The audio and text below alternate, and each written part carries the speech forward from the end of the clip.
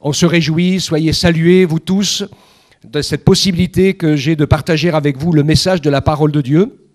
Et je voudrais ce matin prendre ce moment pour parler avec vous des Écritures, des paroles de Jésus. Et les titres de mon message, c'est « Seigneur Jésus, ta parole est vivante ». Alors on va parler ensemble de comment cette parole est vivante. Et je remercie vraiment le Seigneur pour son esprit incroyable qui nous a conduits ce matin dans la louange, dans les prières, pour qu'on apprenne à être à son écoute. Et c'est vraiment ce que je veux dire, qu'on apprenne à écouter comme Dieu parle et qu'on apprenne à voir les choses comme Dieu les voit. Parce que nous, on regarde à l'apparence, on regarde si les gens ils sont beaux ou moins beaux, par rapport à leur forme physique. Mais ce n'est pas du tout le regard que Dieu a. Il voit tout autre chose. Et c'est important pour nous qu'on apprenne aussi à avoir cette écoute et à avoir ce regard.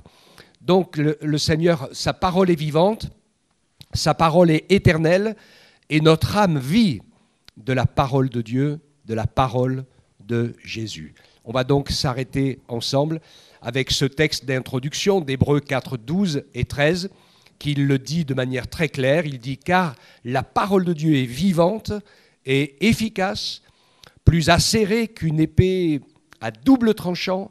Elle pénètre jusqu'à la division de l'âme et de l'esprit, des jointures et des moelles. Elle juge les sentiments et les pensées du cœur.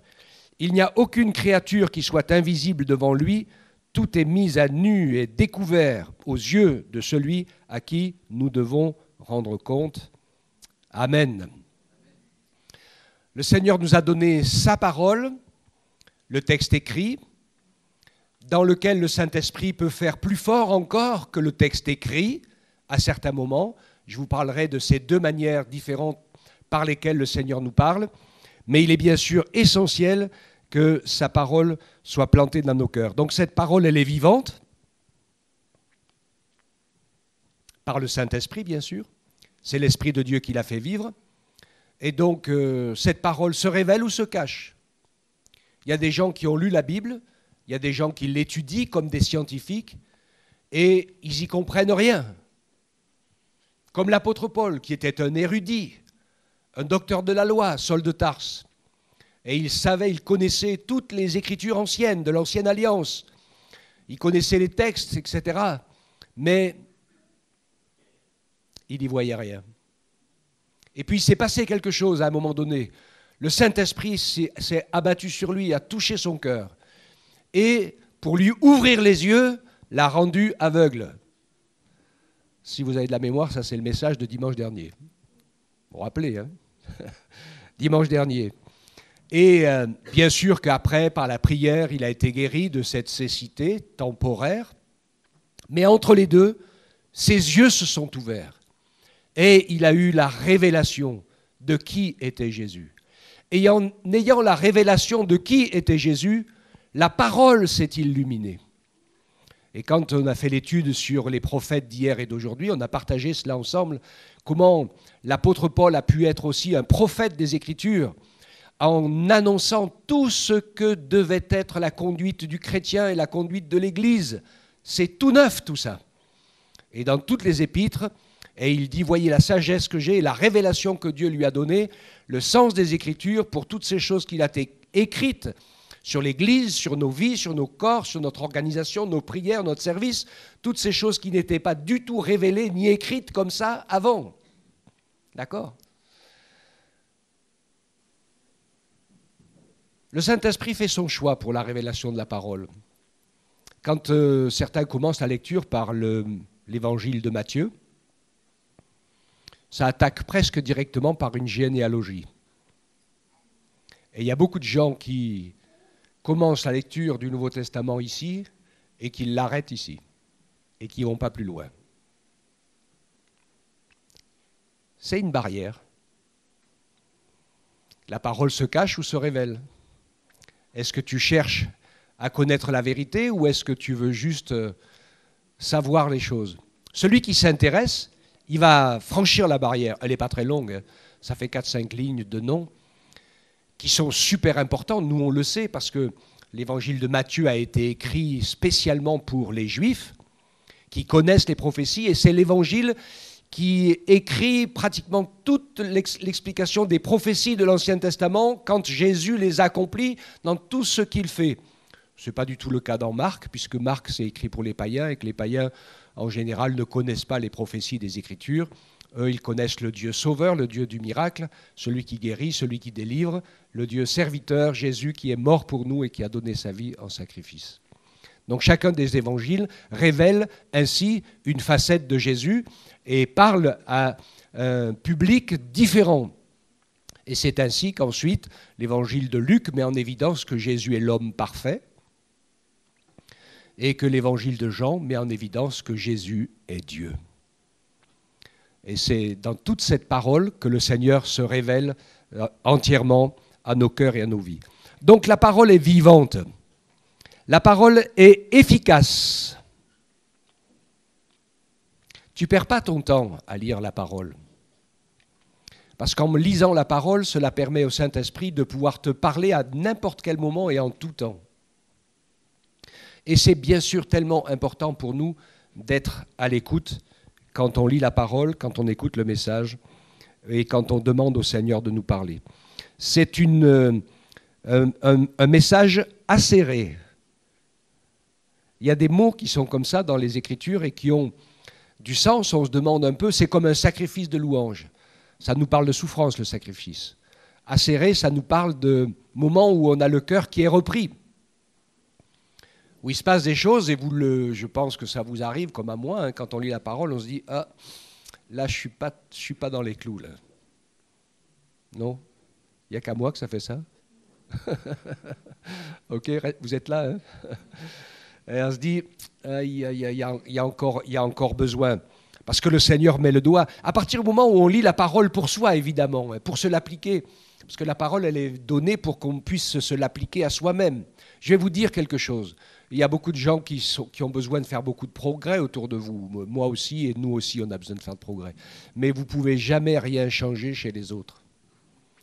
À part en changeant vous-même. Et si nous changeons, si moi je change, alors il y a peut-être la possibilité qu'autour de moi, quelque chose change aussi. D'ailleurs, en général, la plupart du temps, c'est ce qui se passe. Cette parole est pénétrante. Donc ça veut dire qu'elle va aller profondément. Elle ne va pas s'arrêter. On va pouvoir la méditer, cette parole. Et elle va faire quelque chose de particulier. Vous savez que notre corps a besoin de nourriture. Alors, il y en a qui mangent plus ou moins équilibré.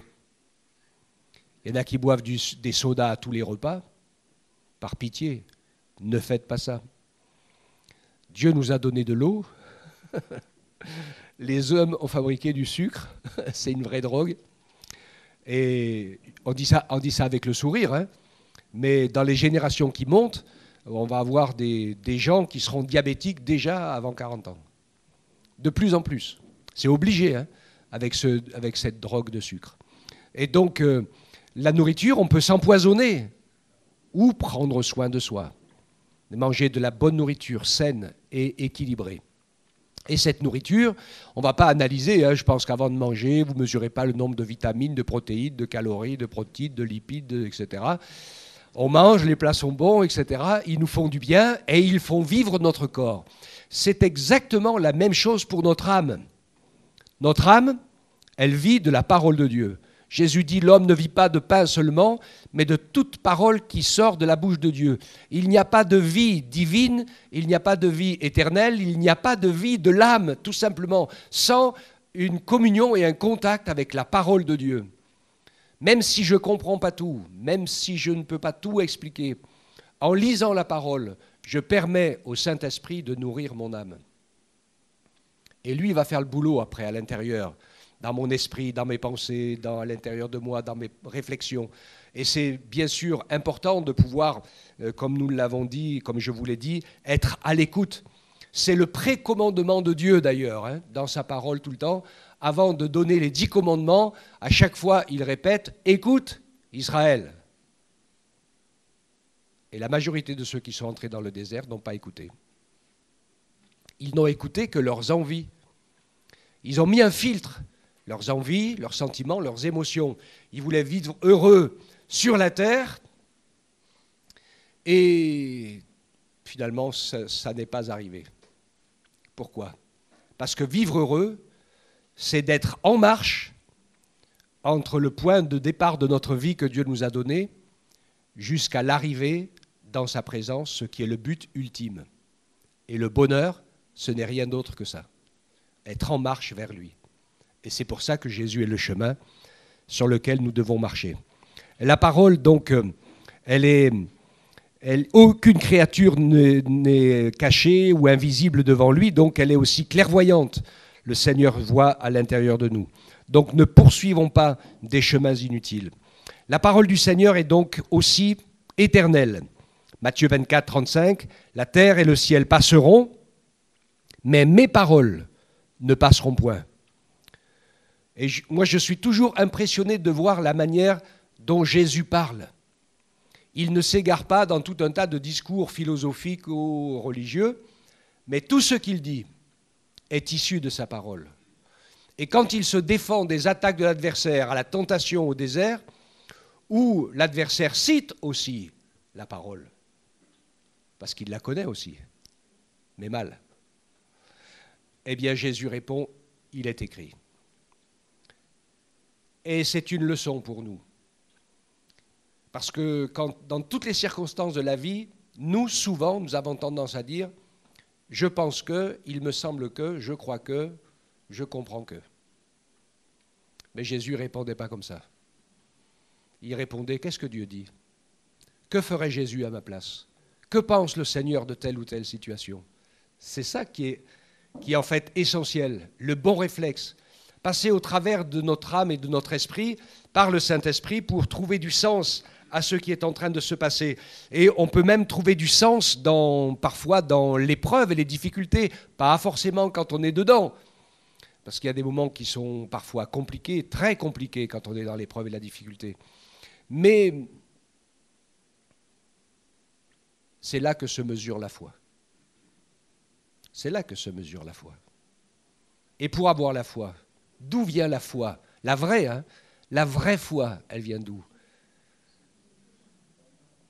Elle vient de la parole de Dieu. La foi vient de ce que l'on entend, et ce que l'on entend vient de la parole de Dieu. Et donc, il y en a qui croient en Dieu, ils croient en Jésus, ils font toutes sortes de choses qui sont complètement irrationnelles par rapport à la parole, et ce n'est pas la vraie foi. On peut être très croyant. Moi, il y a des gens qui me disent « je suis très croyant ». Ils sont super croyants, mais ils ne connaissent pas Jésus. Ils n'ont pas une relation intime et personnelle avec lui. Et ça, c'est la clé. C'est fondamental. C'est ce à quoi nous sommes appelés, à avoir une relation personnelle avec le Seigneur. La parole de Dieu est éternelle. Les Écritures sont une parole vivante, ce que j'appelle le théos. Et puis les paroles de Jésus, qui sont des paroles éternelles, qu'on appelle aussi le rhéma. C'est quoi la différence entre les deux ? C'est que les Écritures, c'est le texte de Dieu, c'est toute la parole de Dieu, et elle est complète. Elle nourrit notre âme, elle nourrit notre foi, elle nous permet d'entretenir une communion avec Dieu, et à un moment donné, il y a des moments dans nos vies où une de ces paroles, ou une parole que le Saint-Esprit nous a donnée, s'est allumée dans notre cœur, elle a pris vie, peut-être pour une guérison, peut-être pour un exaucement, pour quelque chose qui s'est passé, qui nous a été révélé, que nous avons vécu avec le Seigneur, qui nous a fait du bien, qui nous a encouragés, qui nous a secourus. Et ça, c'est une parole rhéma, c'est le Saint-Esprit qui souffle pour donner du sens profond, vivant à quelque chose que nous sommes en train de recevoir de la part du Seigneur. Alléluia.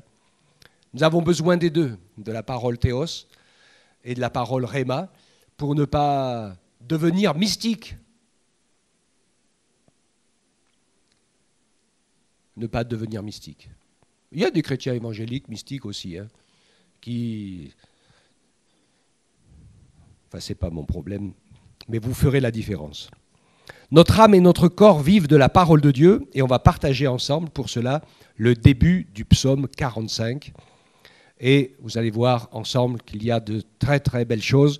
On va le lire, les 11 premiers versets, et puis après j'y reviendrai avec quelques détails. « au chef des chœurs, sur les lys, poème des fils de Corée, chant d'amour. Ça, c'est formidable, ça.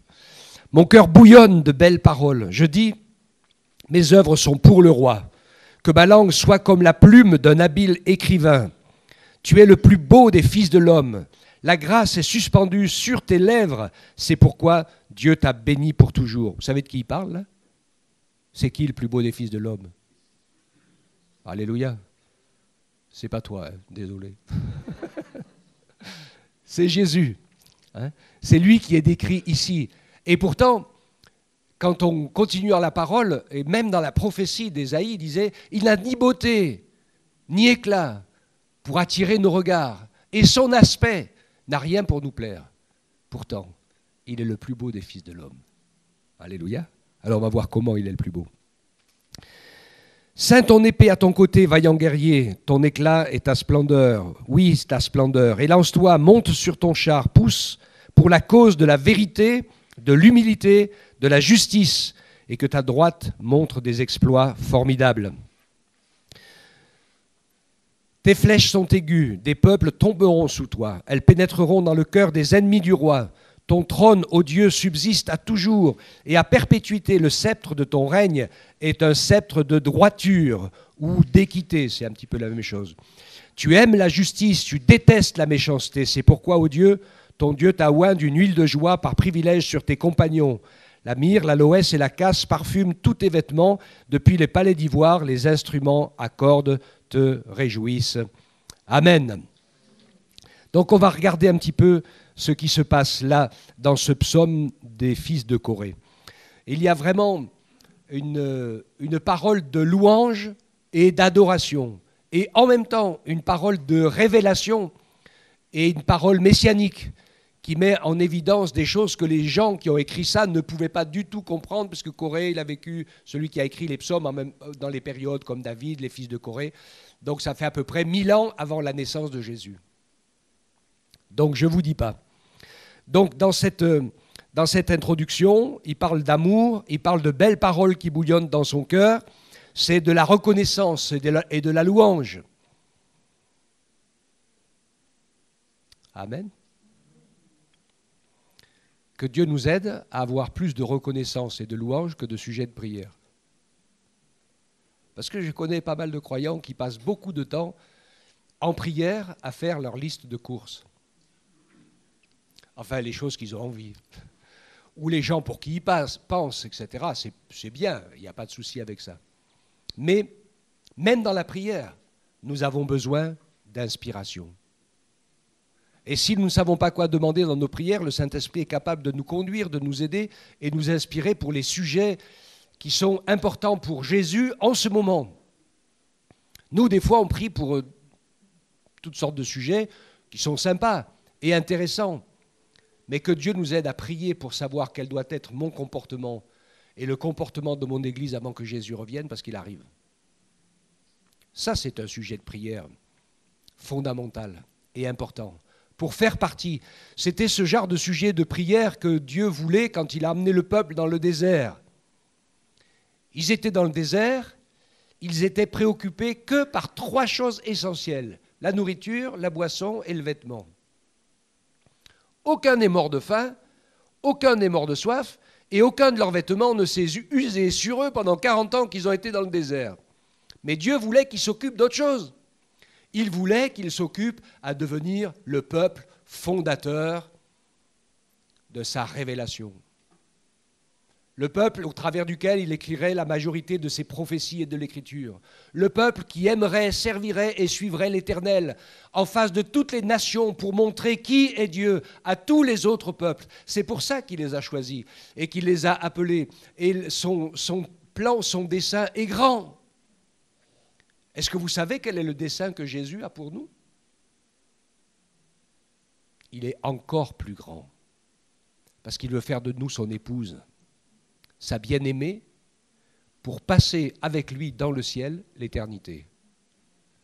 Ça nous parle? Eh bien, ça demande une sacrée transformation, hein. Surtout pour les hommes. Mais bon, ça, c'est un autre problème pour devenir l'épouse. Donc, il y en a qui ont déjà un peu d'avance. Donc dans cette situation, nous voyons ici l'amour qui bouillonne du cœur dans cette louange, les belles paroles pour adorer le Seigneur et pour le célébrer. Oui, nous pouvons lui dire les belles paroles de notre cœur. Mes œuvres sont pour le roi.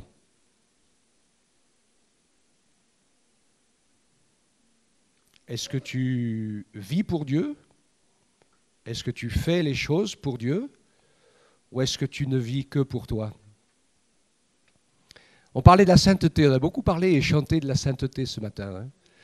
Et c'est important de refixer les choses par rapport à la sainteté.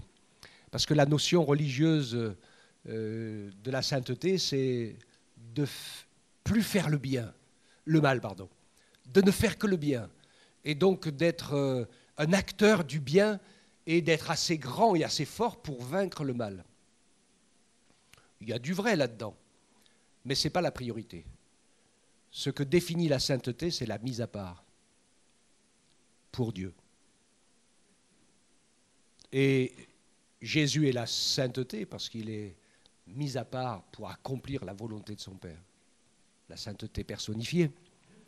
Et donc nous entrons dans la marche de la sainteté ou de la sanctification à partir du moment où nous consacrons notre cœur. Là où est ton trésor, là sera ton cœur. Si nous consacrons notre cœur à la relation avec Jésus, nous sommes sur le chemin de la sainteté. Parce que nous nous mettons à part et parce que nous appartenons à Dieu. Sépare ce qui est précieux de ce qui est vil, nous dit le Seigneur, et ta bouche sera comme la bouche de Dieu. Amen.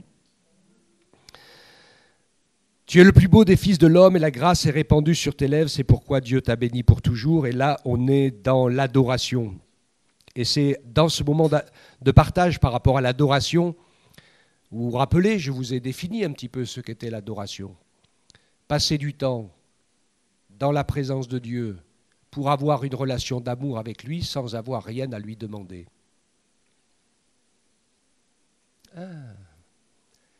Je vous rappelle que ce sont des adorateurs que le Père recherche, qui l'adorent en esprit et en vérité. Et là encore, parfois, il y a pas mal de faiblesses, parce que beaucoup de gens prennent du temps pour prier, comme je l'ai dit, pour des sujets. C'est important, bien sûr, il faut le faire.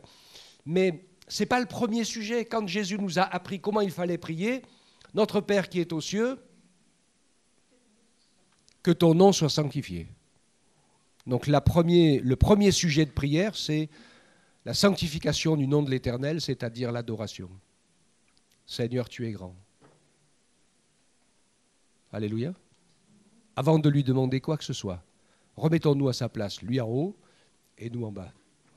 Et rappelons-nous que lui, il sait tout, nous, pas grand-chose. Que ce qu'il a à nous dire, ce que Dieu a à te dire, à me dire, va changer la direction dans ta vie. Mais tout ce que tu as à lui dire, il le sait déjà. Même avant que les mots soient dans sa bouche. Ça ne veut pas dire qu'il ne faut pas prier, bien sûr. Mais d'abord, adorer. Avoir une relation avec Dieu sans sujet de prière, sans demande. Hein. Parce que pour moi, prier, c'est uniquement demander. Sinon, c'est louer ou adorer ou rendre grâce. Ce n'est pas la même chose. Vous savez quelle fonction est chacune de ces choses dans le temps qu'on passe avec Dieu. Donc, c'est quoi la beauté? Qui est la beauté? C'est Jésus, hein? Pas de beauté apparente. Le Seigneur disait par son esprit à Samuel, qui était en train de choisir le roi dans la famille d'Isaïe. Il a vu l'aîné arriver, grand, beau, costaud, tout ça. Il dit, oula, c'est sûrement lui. Dieu dit, non, non. Non, non, non. L'homme regarde à ceux qui frappent les yeux. Mais l'Éternel regarde au cœur. Alléluia. Que Dieu nous aide à être ses disciples, à lui ressembler. Et ne t'arrête pas sur ce que voient tes yeux. C'est souvent secondaire. Mais regardons au cœur. Et on peut parfois voir, au lieu de quelqu'un, de le voir mal fagoté, mal habillé, qui sent mauvais, etc., etc. Peut-être que c'est quelqu'un qui est rebelle à Dieu. Ça peut arriver. Mais si on voit son cœur, si le Seigneur nous révèle son cœur, ça peut être aussi quelqu'un qui est tellement malheureux, qui a besoin de Jésus, qui ne le sait pas encore, mais qui a juste besoin qu'on lui en parle. Et c'est important de voir. Parce que je ne perdrai pas mon temps à parler à celui qui est dans un esprit de rébellion et qui n'est pas prêt pour l'instant. Mais peut-être, au-delà des apparences, eh bien, on peut voir quelqu'un qui a soif de vérité sans le montrer. Amen. Rappelez-vous une chose ce matin. Tout est dans le deuxième regard, pas dans le premier. On parlait la même chose pour les hommes qui voient passer une jolie fille. C'est une faiblesse un peu naturelle, en général. Donc, on voit, c'est comme ça, c'est la réalité de la vie. Ce n'est pas un problème. Le problème, c'est ceux qui se retournent. C'est le deuxième regard, le problème. Ce n'est pas le premier. Okay. Et dans la vie et dans plein de choses, finalement, cultivons le deuxième regard. Pas ceux qui frappent les yeux tout de suite, là, en apparence, en évidence, mais ce que Dieu voit. Et qui peut changer quelque chose. Et qui fait voir à Jésus la beauté de chaque âme. Pour lui, chaque âme est belle, puisque c'est lui qui l'a créée.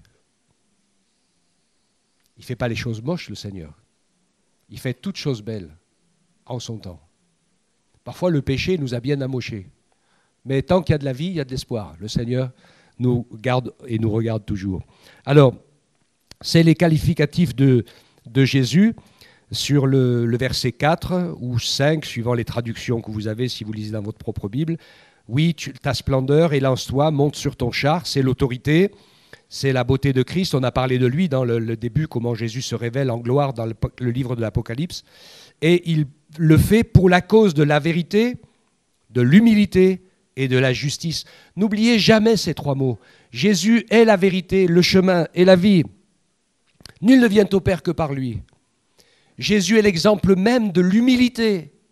Il sait tout, il connaît tout, il a tout pouvoir. Et quand il était sur la terre, et même dans le ciel, il ne dit que, et il ne voit que ce que le Père lui a montré. Et c'est pour ça qu'il est saint. C'est impressionnant, hein ? Et donc, nous avons besoin, nous, de pouvoir aussi regarder à ces qualités de Jésus. Et puis la justice, évidemment, la justice de Dieu, qui est la croix et le pardon. Ce n'est pas la justice des hommes. Parce que nous, on met des mesures aux coupables, on met des mesures au péché, et on met des mesures au bien et au mal. Mais tout est grâce dans la justice de Dieu. Celui qui se repent et qui vient à Dieu réellement en conscience de ce qu'il est et qui cherche son secours et son pardon, parce que Jésus ne peut sauver que des pécheurs perdus. Donc si tu t'approches de Jésus, que tu ne te sens pas pécheur et que tu ne te sens pas perdu, il ne peut pas grand-chose pour toi. Alors que tu l'es en général, mais si, comme on l'a vécu, on s'est rendu compte qu'on était pécheur et qu'on était perdu, et qu'il n'y avait que Jésus qui pouvait nous sauver, donc on n'est plus perdu puisque Jésus nous a sauvés. Mais on n'a jamais oublié qu'on est sauvé parce que Jésus nous a sauvés. On n'est pas sauvé parce que tout d'un coup on est devenu meilleur ou qu'on est devenu différent. Mais on est dans le salut parce qu'on est un en Jésus. Amen. Et ces qualités de Jésus doivent aussi être les nôtres. Ne les oublions jamais. Vérité, humilité et justice. Pour être des gens qui font grâce.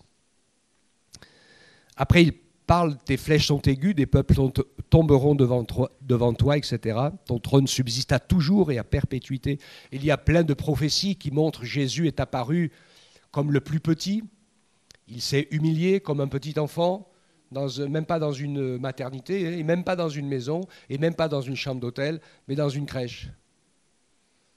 Il a voulu être plus petit parmi les plus petits, alors que c'est lui qui est le plus grand.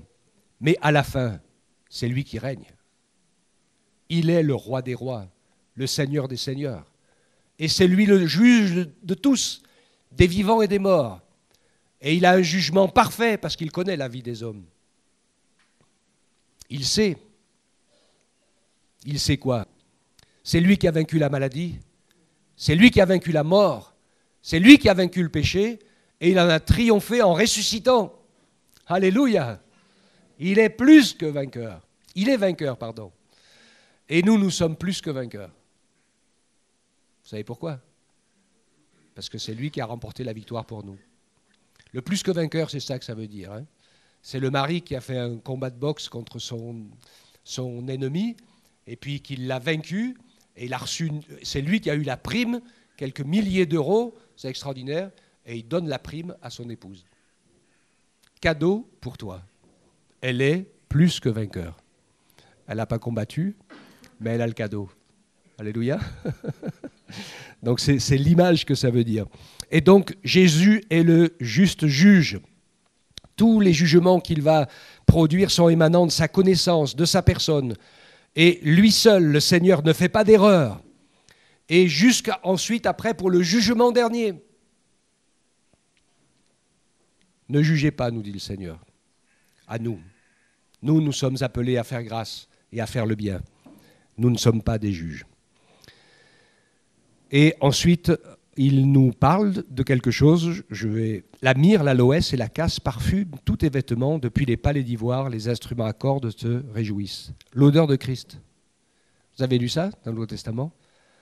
La bonne odeur de Christ. Parce que pour tous ceux qui connaissent Jésus comme leur sauveur, Jésus, c'est la bonne odeur de Christ. Alléluia.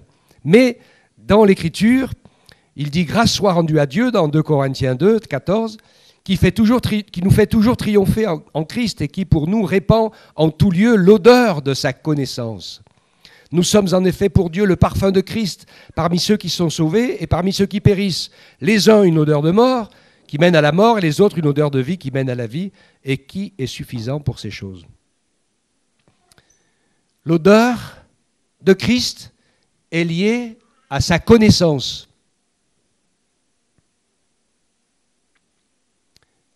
Quand nous avons su qu'il nous connaissait bien, nous nous sommes repentis et nous avons demandé pardon.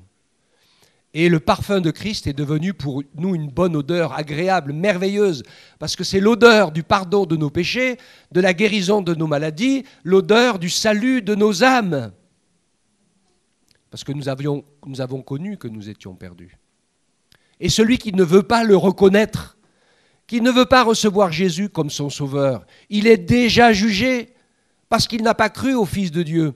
Et celui qui refuse que Dieu mette le doigt sur son cœur et qui se ferme et qui se sauve et qui s'en va, alors quand Christ s'approche, pour lui c'est une mauvaise odeur.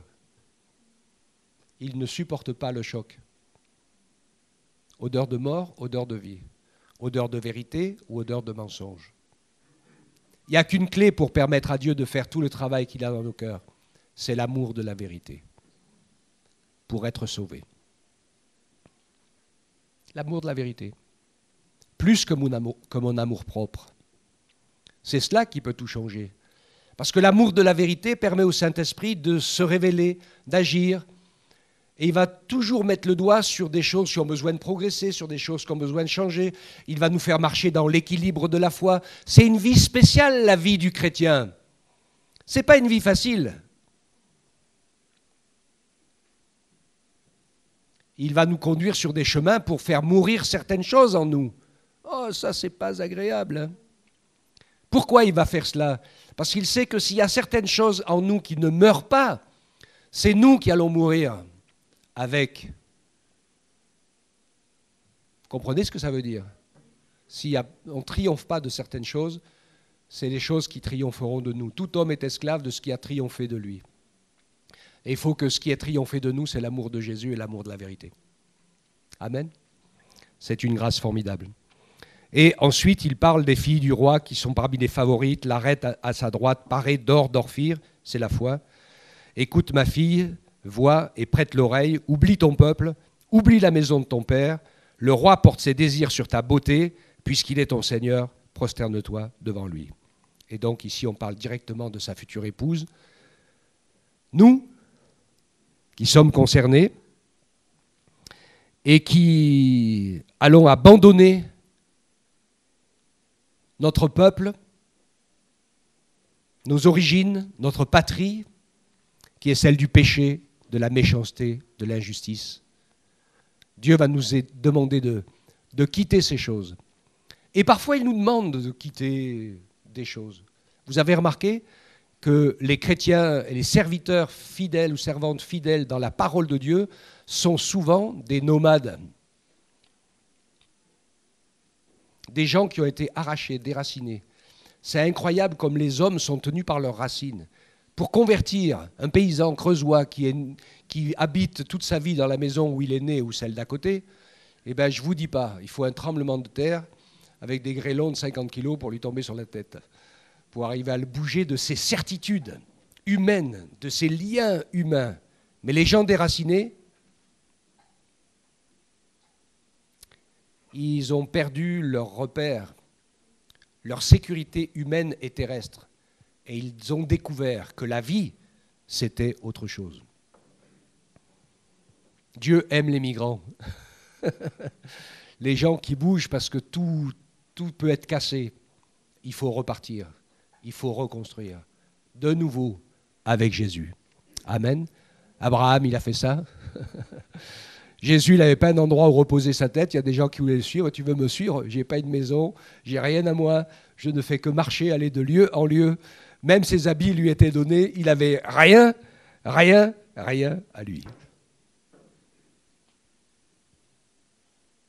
Seigneur, fais au moins que notre cœur, notre âme et notre esprit soient migrants, voyageurs, qu'on accepte de se remettre en question, qu'on accepte de se reconstruire. Nous avons une patrie, nous avons des choses. Je voudrais parler ici de problèmes culturels. Ce n'est pas facile parfois de joindre et d'unir les cultures. Et notre culture, elle nous marque beaucoup, c'est super important. On est modelé, formaté par notre culture. Mais nous, les disciples de Jésus, ce n'est pas notre culture qui doit nous modeler, nous formater. C'est la culture du royaume de Dieu. N'oubliez jamais ça. La culture du royaume de Dieu. C'est elle qui doit nous changer. Et quand on peut rencontrer quelqu'un et parler et discuter, il faut qu'on puisse être assez transformé pour pas qu'on dise « Ah, t'es un Creusois, t'es un Africain, t'es pays de l'Est, Guinta, laiton, tu es un Américain ou tu es un Anglais, etc. » Mais qu'on puisse dire « Lui, elle, c'est un chrétien. C'est un disciple de Jésus. » Parce que sa forme numéro 2, après sa couleur, sa taille et sa beauté plus ou moins, ne vous inquiétez pas, la beauté, c'est un truc qui est appelé à disparaître. On a une date de péremption. Hein. Donc, la réalité, en fait, c'est la culture du royaume, c'est les lois d'amour, de miséricorde, de pardon, de vérité, de changement de cœur, toutes ces choses qui faisaient « Seigneur Jésus, rends-nous comme toi. Rends-nous comme toi. » Alléluia. Que sa grâce soit sur nos cœurs et sur nos vies, qu'il nous mette à son écoute, que nous soyons transformés de gloire en gloire par le Seigneur l'Esprit ou par l'Esprit du Seigneur, pour que la culture du royaume soit la nôtre et que l'image du disciple de Jésus soit vue, entendue, et que le nom de Jésus soit glorifié partout où nous allons. C'est ainsi que nous serons sel et lumière. Et béni sois-tu, Seigneur, pour les cultures différentes, il n'y a pas de souci avec ça, mais n'en faites pas un sujet d'orgueil, de gloire ou d'appuyer une différence avec les autres. J'avais beaucoup aimé, avec les pasteurs, à un moment donné, on s'était penché sur le sujet compliqué de la multiculture au milieu de nous. Et on a eu un pasteur, Franck Le Filâtre, qui était pasteur à Paris-Bastille, qui avait cloué le bec à toutes les tables rondes qui se faisaient là. Il dit « Mais vous vous trompez de combat, les amis. Vous êtes implantés. » À l'époque, il était pasteur là-bas. Il dit « Vous êtes implantés dans le quartier de Paris-Bastille et vous n'avez qu'une seule culture. C'est Paris-Bastille si vous voulez sauver les gens qui y habitent. » OK ? Pour leur parler un langage qu'ils comprennent, à ceux qui ne connaissent pas le Seigneur. Et donc, c'était très intéressant de voir ça. Dans quel milieu je suis, avec qui je vis, qui sont les gens qui m'entourent et comment ils peuvent comprendre, entendre, qu'est-ce qu'il faut que je leur dise, de quoi il faut que je leur parle pour entrer en relation avec eux, pour qu'ils puissent s'établir une certaine confiance et pour qu'ils puissent ensuite m'écouter quand je vais leur parler de Jésus. C'est ça les bonnes questions. Amen. Le reste, on fait avec. Hein. C'est secondaire, ça a sa place, mais c'est secondaire. Et donc, c'est important pour nous, voyez, dans nos prières, dans notre recherche, dans notre marche avec la parole, de pouvoir savoir que, en fait, la finalité, c'est notre éternité comme épouse de Christ dans le ciel, où nous serons dans les lois du royaume et nous vivrons avec tout ce que nous aurons appris et que le Seigneur va nous révéler. Mais c'est du temps de gagner. Parce que vous voulez que je vous dise un secret ? Les lois du royaume de Christ, elles sont déjà les seules et les uniques qui fonctionnent sur la terre. Elles sont plus fortes que les lois du péché, les lois du monde, les lois du royaume de Dieu. C'est la loi de l'amour, la loi du pardon, la loi du salut, les lois que je vous ai épelées dimanche dernier dans le message, vous vous rappelez, hein, les inverses. Si tu veux vivre, meurs. Si tu veux être riche, donne. Si tu veux gagner, perds. Alléluia. Que Dieu vous bénisse. On te remercie, Seigneur. Tu es tellement grand, saint, mis à part pour accomplir la volonté de ton Père. Aide-nous, Seigneur, à nous laisser transformer par la culture de ton royaume, à nous laisser transformer par ta parole que nous apprenons à lire, à comprendre, à connaître, à lui donner du sens, pour permettre à ton esprit aussi de nous donner des révélations qui seront conformes à ta parole. Merci ainsi de nous permettre de nous baser, de nous construire sur ce que tu nous as dit, sur tes paroles, d'être à l'écoute pour que même quand nous parlons, quand nous évangélisons, quand nous exerçons les dons spirituels, eh bien ce que nous disons, ce que nous partageons, ce que nous montrons soit conforme à ta pensée, à ta parole. Et permets ainsi à ton esprit d'agir avec autorité, avec vérité, avec sainteté, humilité et puissance au milieu de nous. Mais nous ne cherchons pas, je ne voudrais pas, nous ne voulons pas chercher la puissance de Dieu à n'importe quel prix. Nous sommes appelés à chercher le Dieu de la puissance, au prix de la vérité. Tout le reste est secondaire. Merci Seigneur de ta grâce. Merci de nous accompagner dans notre marche avec toi et de faire en sorte que nous soyons des disciples fidèles, que nous puissions te ressembler de plus en plus et de mieux en mieux, avec l'aide de ta parole et avec l'aide de ton Esprit Saint. Que ton nom soit béni, Père, au nom de Jésus. Amen. Amen. Alléluia.